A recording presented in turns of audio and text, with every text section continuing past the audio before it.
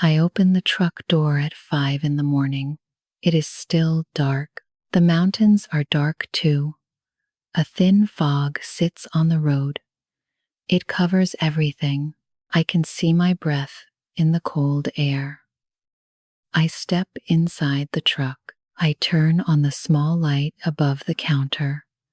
It makes a soft click. The inside of the truck is orange and warm. The light is not bright, but it is enough. Then I take out the flour. Mama taught me how to make biscuits. She stood right here in this same truck many years ago. She put my small hands into the cold flour. She said, "Use cold butter, always cold." I whisper it now, every morning, to no one. Use cold butter, always cold. The truck is old. It is red, but the color has faded a little. On the side, there are 2 words, Brooke's Kitchen. Mama painted those words herself. She used a wide brush and dark green paint. She made the letters large and clear. Now I am the one who opens the door every morning. Now I am the one who turns on the small light. Before I left home this morning, I saw the bills on the kitchen table. There were many papers, all white, all important. The biggest number said $2,400. That is for Daddy's surgery next week. I have $600 in the bank. I know those numbers. I count them in my head every morning when I wake up and every night before I sleep. Daddy was on the porch chair when I left. He sat very still. He held his coffee cup with both hands. His hands shook a little. They always shake now. He did not say much. He looked at the road. I said, "I'll be back by 5, Daddy." He nodded slowly. He did not look at me. He just nodded. I drove to the corner near the lumber yard. It takes 10 minutes from our house. The road is narrow. Trees grow tall on both sides. In the fog, the road looks like a dark tunnel. I drove slowly. By 6 in the morning, the men from the lumber yard came. They wore boots with mud on them. They wore heavy jackets. Some wore orange safety vests. I knew their faces. They knew mine. Mr. Hank came first. He is a big man with a gray beard and slow eyes. He said, "2 biscuits, Delia, like always." I said, "Yes, Mr. Hank." Coming right up, he put his dollar bills on the small counter. I gave him his paper bag. He looked inside it. He nodded once. He said, "God bless you, girl." Then he walked toward the yard. More men came after him. I made biscuits. I made egg plates. I poured hot coffee into paper cups. The smell of butter and flour filled the small truck. My hands moved fast. Mama's hands were faster, but I am getting better. Every week, I am a little faster. At the end of the day, I counted the money. The bills and coins sat in 2 small piles on the counter. It was $80 total. I put $20 into the grocery box. I put $60 into the bills box. The bills box had $340 in it now. It was not enough. It was never enough. I looked at the photo of Mama. It is taped inside the truck, up near the small light. She is smiling in the photo. She stands next to this same truck. Her hair is short and her apron is white. I touch the edge of the photo. The tape is getting old and yellow. "I'm trying, Mama," I said quietly. "I'm trying." At home, Daddy was in his porch chair. He looked up when I walked to the steps. He asked, "How was the truck today?" I looked at his face. His eyes were tired. His hands still shook around the coffee cup. I smiled. I said, Good day, Daddy. Lots of people came. He nodded and said, Good. That's real good. He closed his eyes. It was not a good day. Fewer people came than yesterday, but I did not tell him that. I never tell him the bad things. He worries too much. His heart is not strong. The doctor said stress is bad for him, so I tell him the good things. Sometimes I tell him things that are not true. It is wrong, I know. I know it is wrong, but I do it anyway, because I do not know what else to do. That night, I lay in my bed. I looked at the ceiling. I thought about the bills box. I thought about Daddy's surgery. I thought about the flour and the cold butter. This truck is mine now. That is what I thought. This truck is mine. I will keep it going. The next morning, I opened the truck again.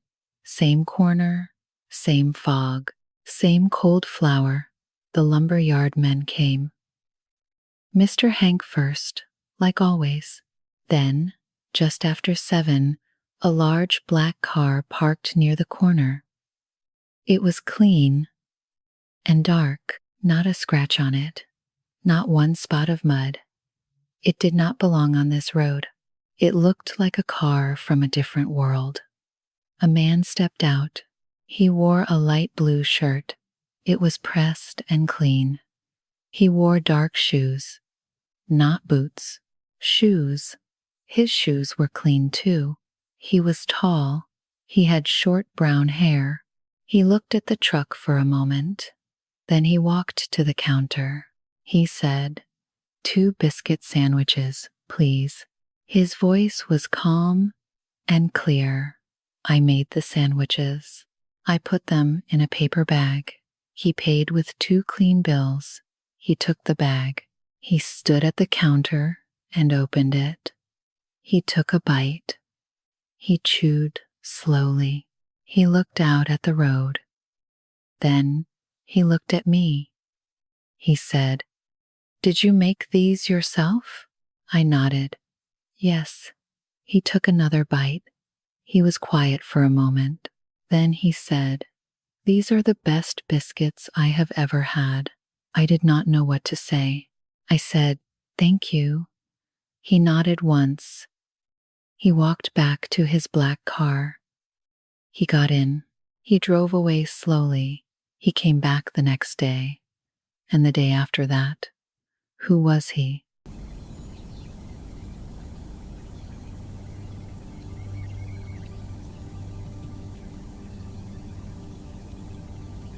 His name was Carter Hayes.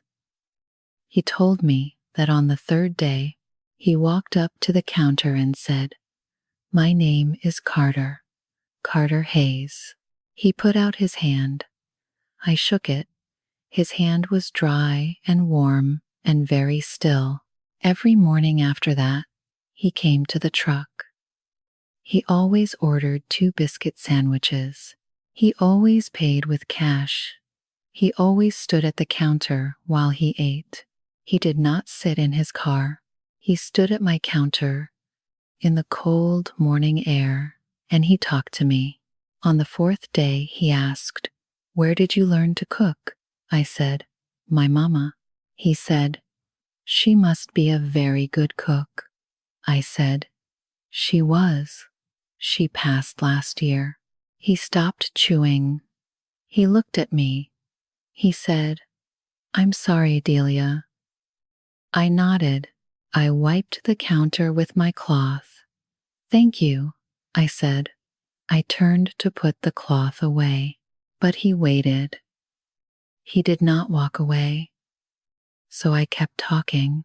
I told him Mama ran the truck for 15 years. I told him I was at Asheville Buncombe Technical Community College when she got sick. I came home to help.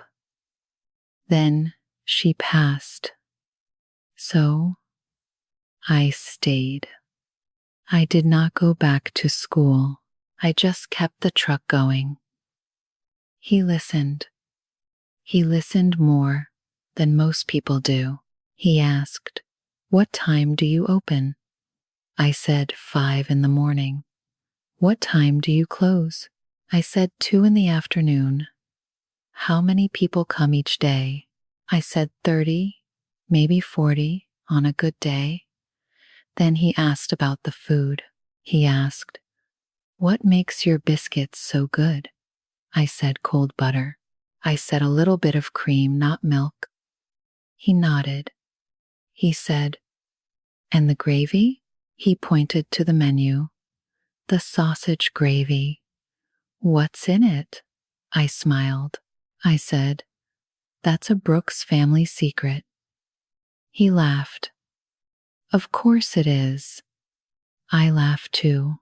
I turned back to the grill, but then I looked at him again. He was still smiling, but his eyes were looking at the truck. Not at me, at the truck, at the sign, at the menu.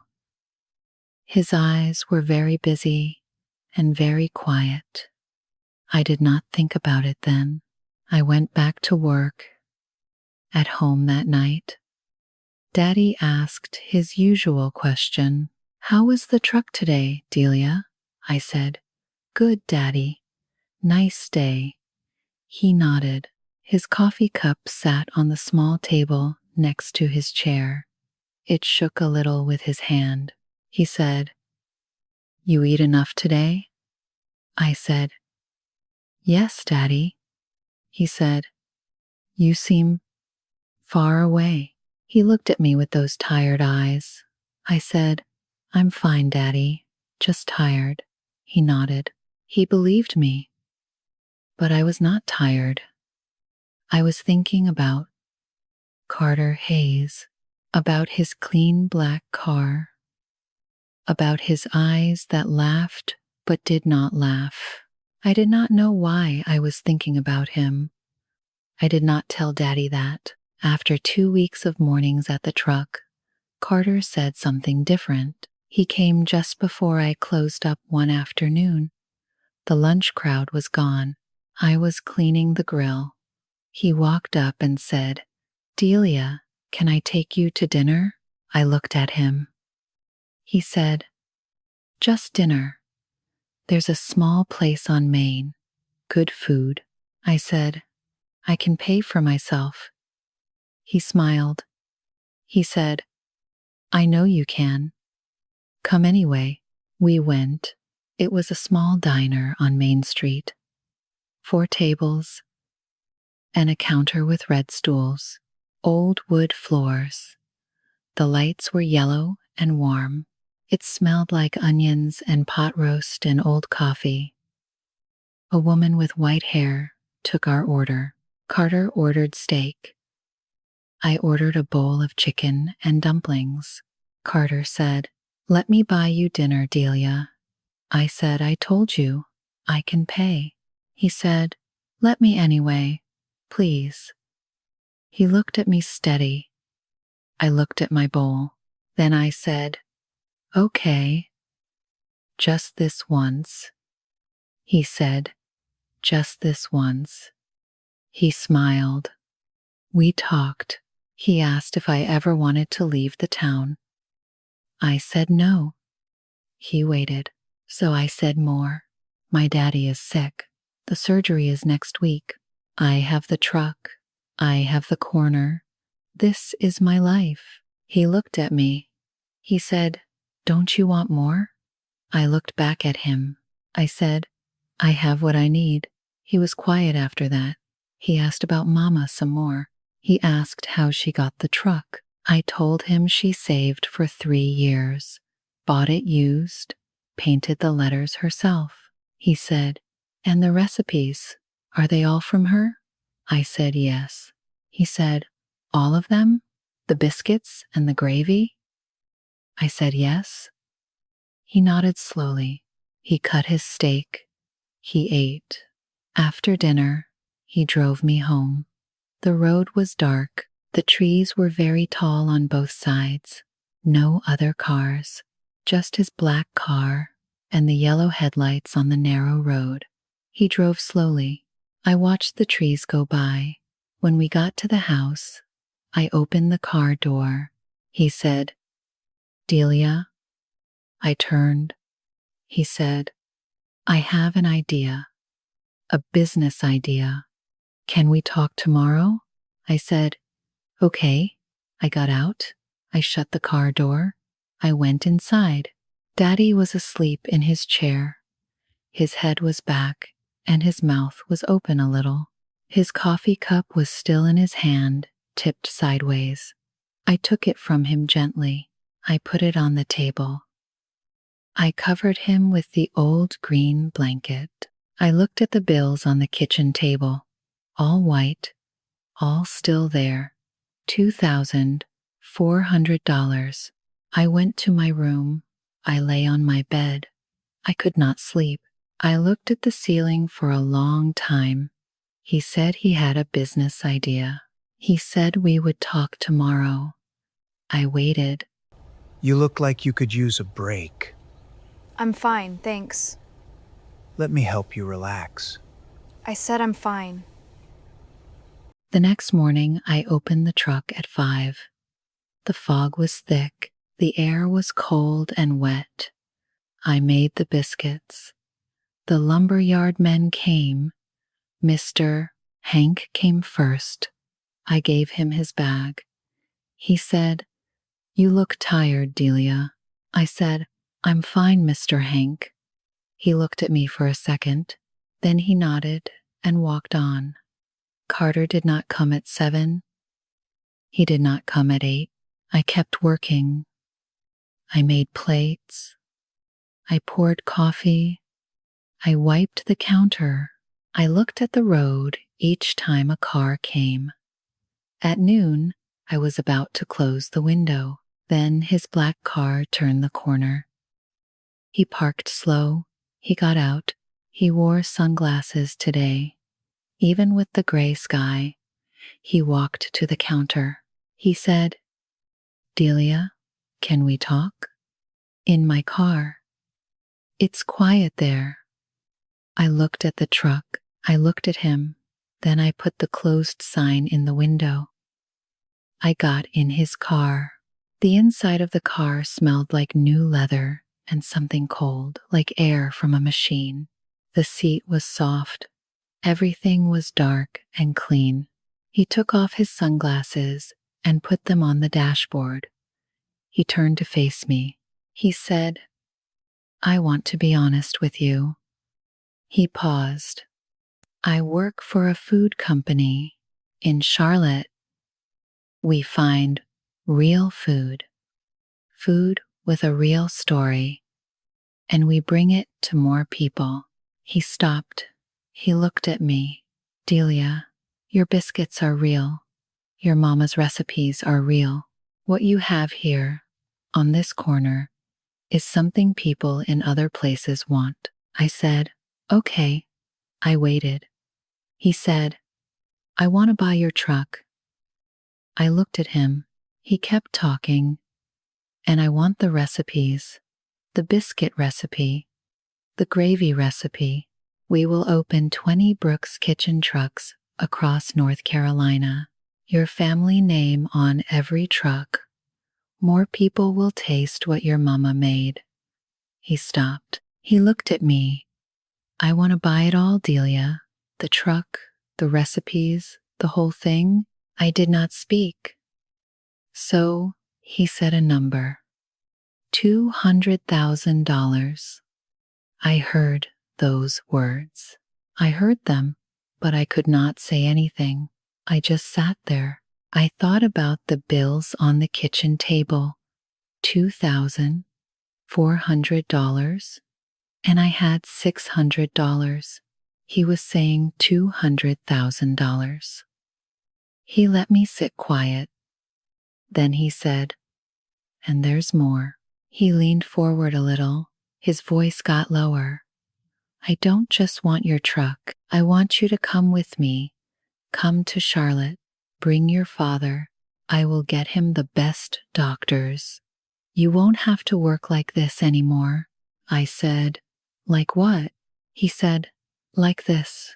in a small truck, in a small town. You're better than this, Delia. I looked at him. I heard those words. Better than this.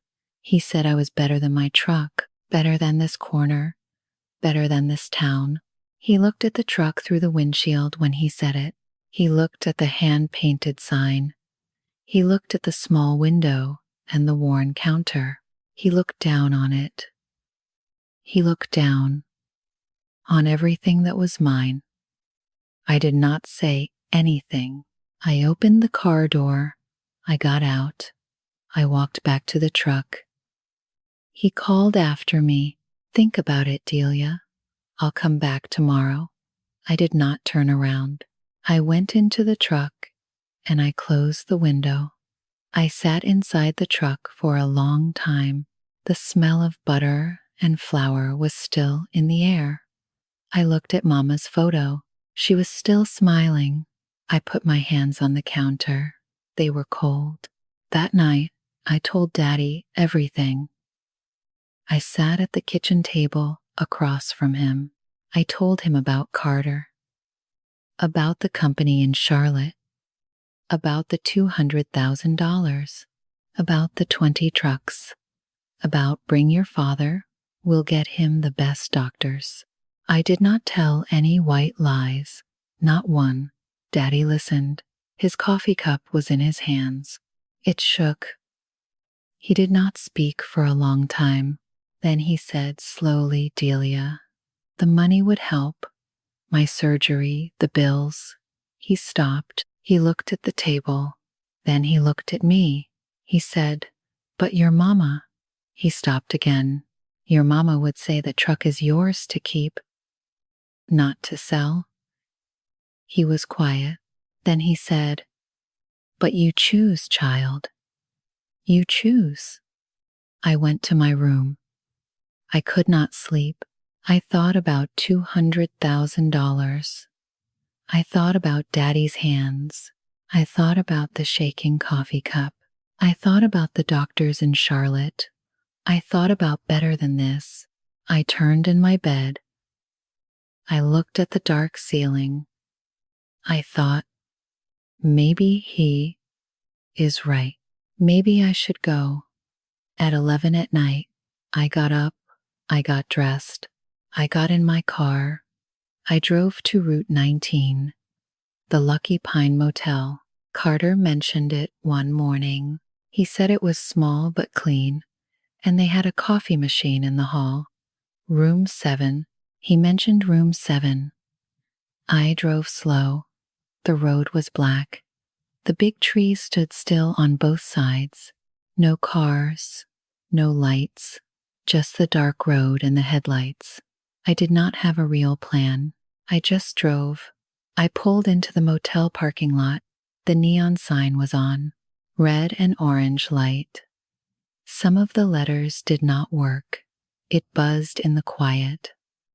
I parked. I got out. I walked along the row of doors. My shoes were loud on the sidewalk. I got to room 7. The door was not all the way closed. There was a thin line of yellow light at the edge. I heard his voice inside. He was on the phone. He said, yeah, the recipe is solid. Old Appalachian biscuit. We can market it as authentic. People in Charlotte love that. He laughed once, a short laugh. Then he said, the girl? She's small town. She'll say yes for the money. Trust me. I've done this 3 times now. Get the recipe, get the brand story, ditch the girl. I stood there. My hands started to shake. 3 times. He did this 3 times before me. I was not a person to him. I was a brand story. Authentic Appalachian content. He said those words like they were nothing. Like I was nothing. Like Mama was nothing. I did not knock. I turned around. I walked back to my car. I got in. I sat there. The parking lot was quiet. The neon sign buzzed above me. The red letters blinked on and off. I looked out the windshield. The road was black. The big trees stood very still on the mountain. I did not cry. I just sat there. Then I started the car. I drove home. I parked in front of the house. Daddy's light was off. I sat in the car a little longer.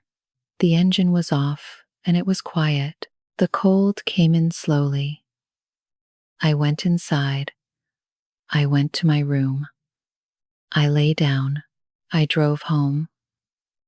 I knew what I would say tomorrow. I knew exactly.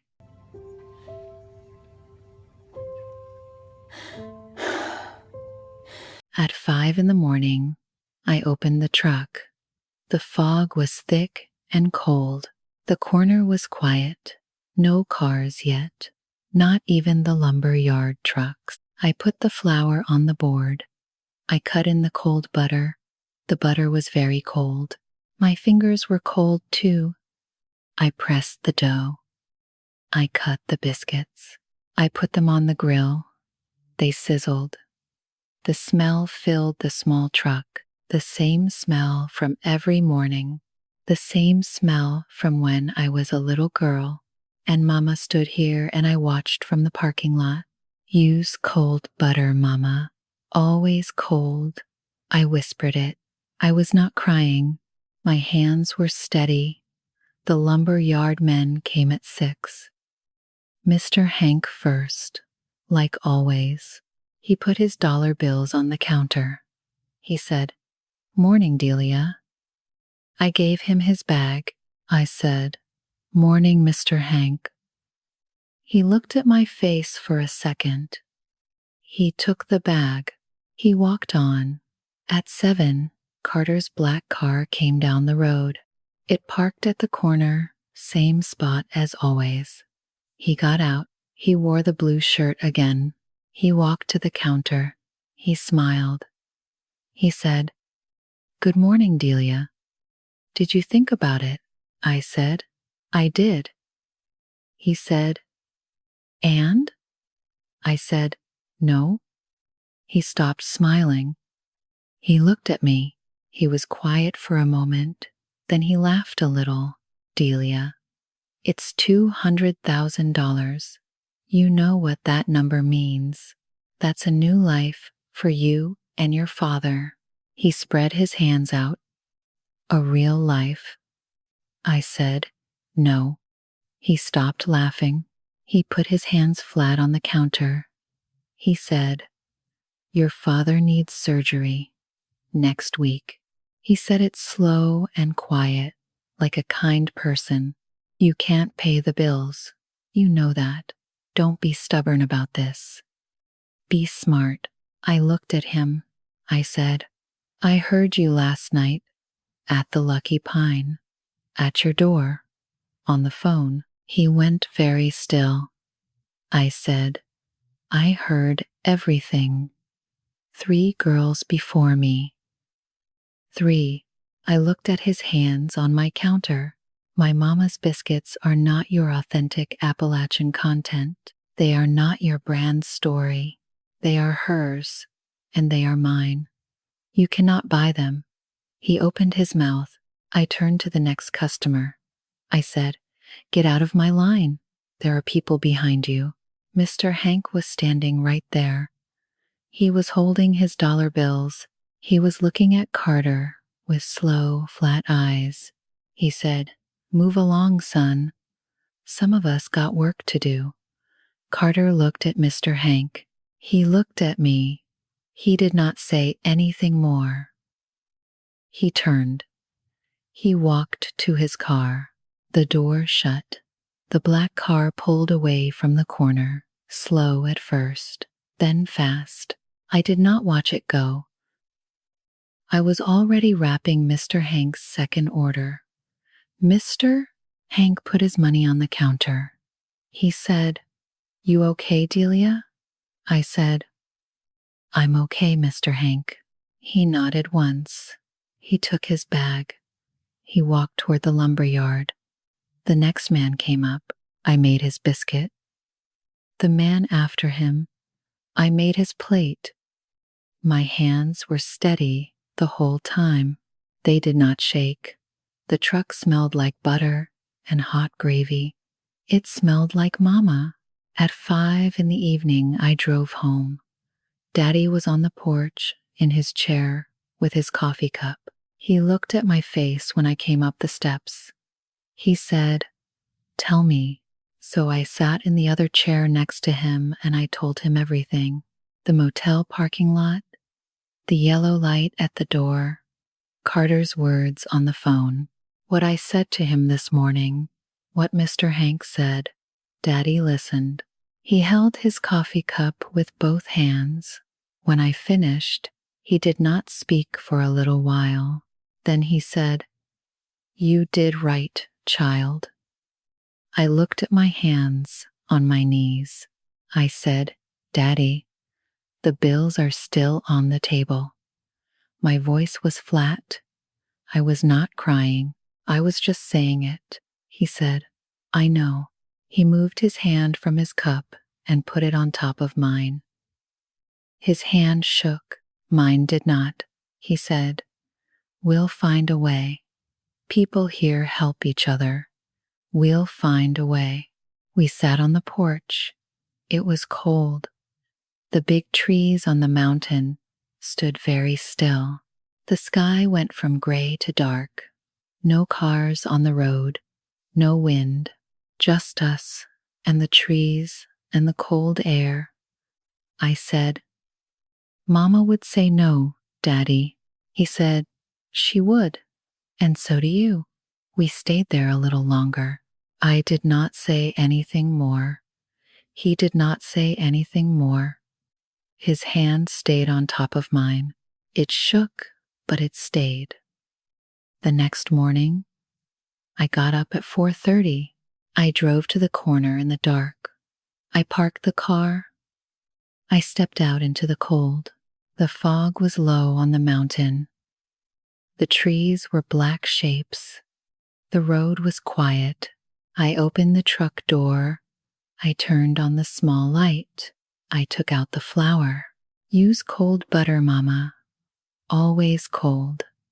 I made the first biscuit of the day. I put it on a small plate. I sat down on the step of the truck. I ate it by myself. It was hot. It tasted like it always tasted. The lumber yard was still dark. Not one car yet, not one voice, just me and the truck and the cold morning air and the smell of butter. The bills were still on the table at home. Daddy was still sick. The surgery was still coming. I knew all of that. I took another bite.